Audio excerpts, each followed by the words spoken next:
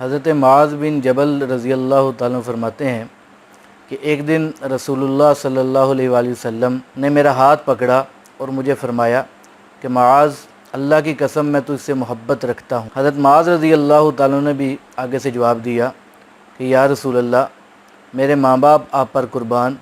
اللہ کی قسم میں بھی آپ سے محبت رکھتا ہوں۔ تو آپ صلی اللہ علیہ وآلہ وسلم نے فرمایا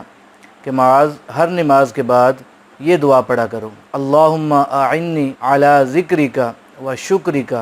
و حسن عبادتک۔ حضرت ابو ہریرہ رضی اللہ تعالیٰ سے روایت ہے کہ آپ صلی اللہ علیہ وآلہ وسلم نے فرمایا کہ جو شخص ہر نماز کے بعد 33 مرتبہ سبحان اللہ،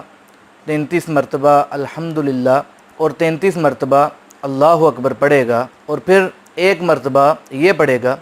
لا الہ الا اللہ وحدہ لا شریک لہ